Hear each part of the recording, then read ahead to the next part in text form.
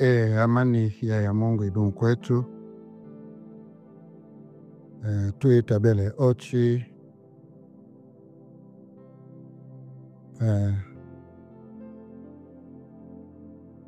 Ninashukuru Mwenyezi Mungu na kuwashukuru wacha Mungu pia kwa kuwepo pamoja katika gurudumu la kuzaliwa na kuwa mwakilishi wa neno la wazee wetu na wazazi wetu, na yale waliokosea baadhi ya wazazi wetu kuyaweka sawa kwa lengo la kupata usahihi, na yale yaliyopatiwa kuonyesha umahiri wake.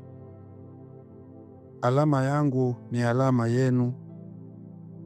Kuzaliwa kwangu kuwe nafasi ya kubariki kila alozaliwa, huku akiwa anatafakari katika kuyatafuta mema kwa lengo la kumtii Mungu, na baraka za moja kwa moja ziwaelekee wacha Mungu mmeotii ya Mungu katika roho na kweli. Roho minige ni kwa ajili yenu, nanyi ni kwa ajili yangu, kwa maana kila mmoja aliumbwa kuwa kwa ajili ya mwingine, isipokuwa kwa tija inayotufaa. Msijidharau kwa lolote katika maisha. Ikumbukeni na mtakumbusha na mtakumbushwa. Mlichosahau kubalieni kukumbushwa, ili mfanye marekebisho katika maisha tulionayo sasa na yajayo.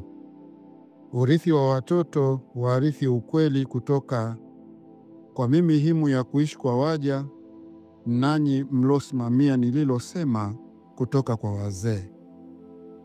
Hivyo baraka zangu zitatua kwa yoyote aliye na msimamo wa roho na kweli katika uchamungu, na neema yangu itatawanyika kwa yoyote ambaye ametii huku akiwa yuko kwenye tafakari, hata kama si mcha Mungu, kwa lengo la mema.